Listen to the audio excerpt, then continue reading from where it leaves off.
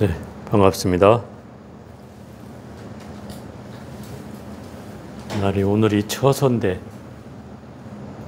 날씨가 아직도 덥습니다.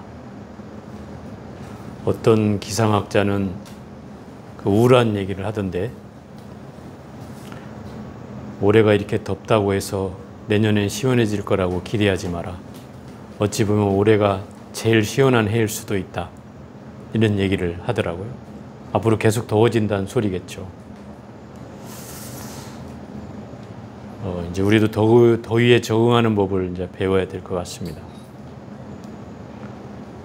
이런 현실이 이제 우리 앞에 와 있다는 생각이 들고, 이 자연의 이 변화를 우리가 수용 못하면 결국 도태되고 죽는 수밖에 없겠죠. 오늘은 우리 삶의 근본적인 화두라고 할 수 있는 생과 사에 대한 얘기를 좀 해보려고 합니다. 불교에서는 이 생사라고 하는 말을 시작과 끝으로 얘기하지 않습니다. 항상 뭔가 끊임없이 이어지는 연속 과정에 있다라고 이해되고 있는 것이 바로 생과 사입니다. 우리는 생은 즐거운 것, 사는 슬픈 것, 또는 생은 시작이요, 죽음은 끝이라고 세상 사람들은 얘기합니다. 근데 불가에서 하는 말은 바로 생과 사가 둘이 아니고 하나다, 이렇게까지 얘기를 하고 있습니다. 생과 사가 둘이 아니라고 하는 얘기는 흔히 이렇게 얘기할 수 있습니다. 세속적으로 이해가 쉽게 얘기할 수 있는 말은, 우리가 어렸을 때는 늙는다라고 하지 않지 않습니까? 그죠? 어렸을 때는 자란다, 쑥쑥 큰다, 이렇게 얘기를 합니다. 그렇지만 우리가 어느 시점을 지나면서부터 늙는다라고 표현합니다. 그 얘기는 결국 우리가 생이라고 하는 건 즐거운 일일 수 있겠으나 결국 그로부터 우리는 죽음이 시작된 것이다, 이렇게 얘기할 수도 있다는 겁니다. 그래서 생과 사가 둘이 아니라고 하는 겁니다. 그걸 우리가 흔히 하는 말로 생자 필멸, 산자는 반드시 죽게 되어 있다라고 하는 겁니다. 물론 어느 종교의 교주는 영생한다고 주장을 하던데, 그런다 한들 얼마나 더 살겠습니까? 100년 더 산다고 해서 그게 영생이라고 할 수 있습니까? 어쨌든 죽는 겁니다. 생명이 있는 건 죽는 것입니다. 그것이 바로 진리고, 그것이 모든 세계에서 또는 모든 종교에서 모든 부처님께서 말씀하신 가르침이라고 할 수 있습니다. 그래서 우리가 기본적으로 이 생사에 대해서 분리를 해서 바라보는 시점이 우리는 너무나 많습니다. 그래서 우리는 태어나면 축하를 해주고 생일 케이크도 촛불도 켜고 하는 일을 하지만, 정작 죽음에 이르러서는 어떻습니까? 죽은 자에게는 가서 장례 절차를 하고 가서 곡을 하고 슬피 울거합니다. 태어나는 건 기쁨이요, 죽는 건 슬픔이라는 거죠, 세속적으로 이해하면. 그렇지만 불교에서는 그렇게 얘기합니다. 슬퍼할 일이 없다. 왜? 생과 사가 하나이기 때문에 그렇다. 더욱이 우리가 윤회하고 또 이어져서 인과관계가 있다는 걸 생각해 보면 또한 슬퍼할 일이 아닌 것이, 내 업대로 또 다음 생에 태어나든지 아니면 극락세계에 가 있든지 어떤 절차를 밟게 되기 때문에 또한 슬퍼할 일이 아닌 겁니다. 우리는 죽음이라는 것은 이 세상에서 없어지는 것이고, 태어난다는 것은 이 세상에 오는 것이다 라고 이해를 하고 있지만, 우리가 보이지 않는 세계를 알 수 없는 것처럼 부처님께서 말씀하신 이야기로 하면 본래 온자리로 돌아간다라고 얘기합니다. 그것이 생과 사의 근본적인 의미입니다. 물론 현상적으로는 우리에게 생과 사가 있고, 우리 세속에서는 생은 기쁨이요 사는 슬픔이라고 얘기하고 있지만, 정작 부처님 얘기를 빌려서 말씀드리면 생사는 한 몸이고 결국 근본적으로는 생도 없고 사도 없는 그런 경계에 놓여 있는 것이 부처님 말씀의 핵심입니다. 그래서 옛 돌아가신 분을 위해서 우리가 제사를 지낼 때 외우는 영가 법문이 있어요.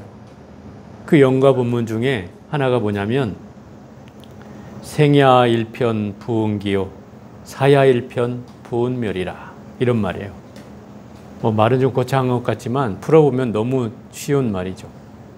생은 한 조각 구름이 일어나는 것이요. 사는 죽음은 한 조각 구름이 사라지는 것이다. 이게 그 영가 법문할 때 나오는 얘기예요. 결국 우리가 이 7월이 되면 백중이라는 큰 행사를 앞두고 있죠. 백중이라고 하는 얘기는 차후에 입제 때 또 얘기를 하겠지만은 어쨌든 돌아가신 분을 위해서 정말 크게 공양을 올리고 뭔가 천도를 발언하는 때가 바로 이 백중 때 아닙니까? 결국 이 음력 7월은 죽은 자를 위해서 뭔가 공덕을 짓는 달이 되겠죠. 그래서 이 생과 사라고 하는 것을 우리가 잘 인지해야 되는 것은 죽음이 무거워서는 안 되겠다. 또 죽음이 슬퍼서도 안 되겠다. 또 죽음이 괴로워서도 안 되겠다 하는 말입니다. 그렇기 때문에 우리가 가벼운 죽음과 또 고요한 죽음과 그 다음에 편안한 죽음을 맞이하기 위해서는 결국 이 생사에 대한 이해가 필요하다라고 하는 겁니다. 그래서 육조 스님도 그렇습니다. 당신이 한 달 있다 간다고 대중한테 선고를 하자 대중들이 스님들인데도 불구하고 슬피 울니다. 통곡을 합니다.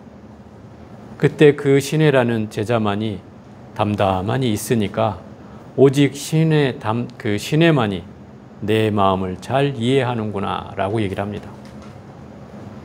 내가 이미 갈 곳을 알고 있는데 내가 이미 어디로 갈지를 알고 있는데 너희들이 우는 건 무슨 의미냐? 내가 갈 곳을 모른다면 슬퍼해도 된다. 그렇지만 내가 갈 곳을 알기 때문에 슬퍼할 일이 아니다 라고 얘기를 합니다. 부처님도 그러죠. 임종을 앞두고 아난존자가 당신이 몇 달 후에 가겠다고 이미 선언을 했습니다. 그러자 아난존자가 슬피 울면서 이제 누구를 의지하고 누구를 스승을 삼으란 말입니까? 라고 얘기를 합니다. 그때 했던 유명한 그 법문이 바로 자등명 법등명하라 그 말 아닙니까? 스승을 등불 삼을 게 아니라 네 스스로를 등불 삼고 또 내가 말한 진리를 가르침을 등불 삼아라. 이렇게 말씀을 하는 거죠. 그것이 이 죽은 성인들이 돌아가신 분들이 이 제자들에게 또 우리에게 남겨준 가르침이라고 할 수 있습니다. 결국 생이라고 하는 것은 이미 태어나고 기쁜 일이 아니라 그 자체가 이미 우리에게 있어서는 새로운 기회를 얻는 일입니다. 그래서 부처님이 말씀을 떠올려 보면 다음 생에 잘 살기 위해서 지금 삶을 잘 가꾸라고 하는 것도 있지만 그 얘기의 핵심은 지금 현재를 훨씬 더 잘 살라는 의미로 저는 이해가 됩니다. 지금 우리에게 존재하는 이 시간은 사실은 길게 남아있는 것 같지만 사실은 길지 않습니다. 그래서 더더욱 오늘 하루가 소중해야 되고 오늘 하루가 새로워야 되는 겁니다. 늘 새로운 날이죠. 그럼에도 우리는 늘 똑같은 날이라고 여기면 그것은 괴로움일 수밖에 없습니다. 지루하고 답답함일 수밖에 없습니다. 그러나 늘 새로운 날은 늘 새로운 기운을, 새로운 마음을 갖게 하는 겁니다. 사실 따져보면 날은 똑같지만 매일 같은 날은 없습니다. 그죠? 매일 새로운 날이죠. 여러분이 경험하는 날들은 똑같은 날이라고 할 수 있겠지만 매일 새로운 날입니다. 그날이 다시 오는 날이 있습니까?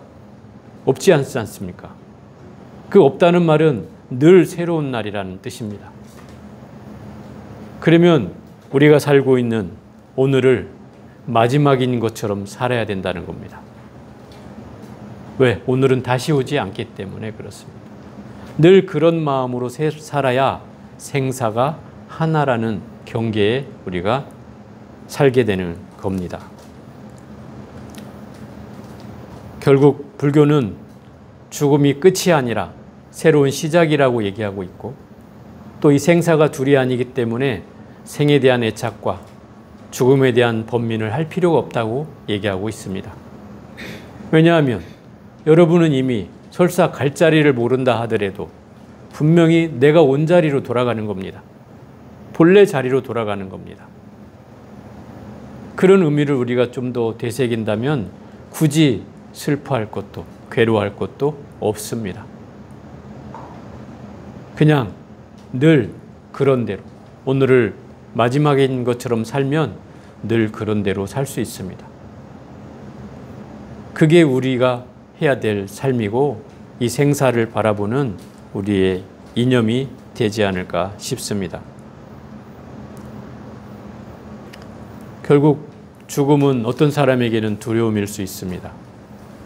또 어떤 사람에게는 안타까움일 수 있고 어떤 사람에게는 또 그것이 괴로움일 수 있습니다. 그런데 우리가 이 죽음이라고 하는 건 바로 구름이 떴다가 사라지는 것과 같다고 얘기했습니다. 구름이 일었다 사라지는 건 그냥 자연의 한 현상일 뿐입니다. 여러분의 죽음도 그냥 자연의 한 현상일 뿐입니다. 그러니 자식들에게 절대 나를 위해서 울지 마라.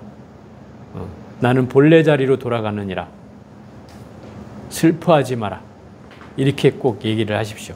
그리고 여러분은 늘 주어진 날 동안 오늘을 마지막인 것처럼 살았으면 좋겠습니다.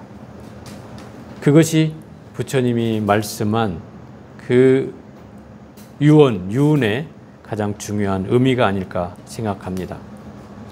늘 오늘은 새로운 날이고 오늘은 기쁜 날이고 오늘은 좋은 날이다. 이런 마음을 가지고 늘 새로운 마음으로 마지막인 것처럼 살면 늘 그 삶이 얼마나 아름답겠습니까? 얼마나 즐겁겠습니까? 또 얼마나 고요하겠습니까? 그게 깨어있는 자의 삶입니다. 그것이 지혜로운 자의 삶이고 그것이 이 부처님 제자의 삶이라고 할 수 있습니다. 여러분들도 충분히 저는 그럴 수 있다라고 확신하면서 이 말씀을 드립니다. 자, 오늘 여기까지 해보겠습니다.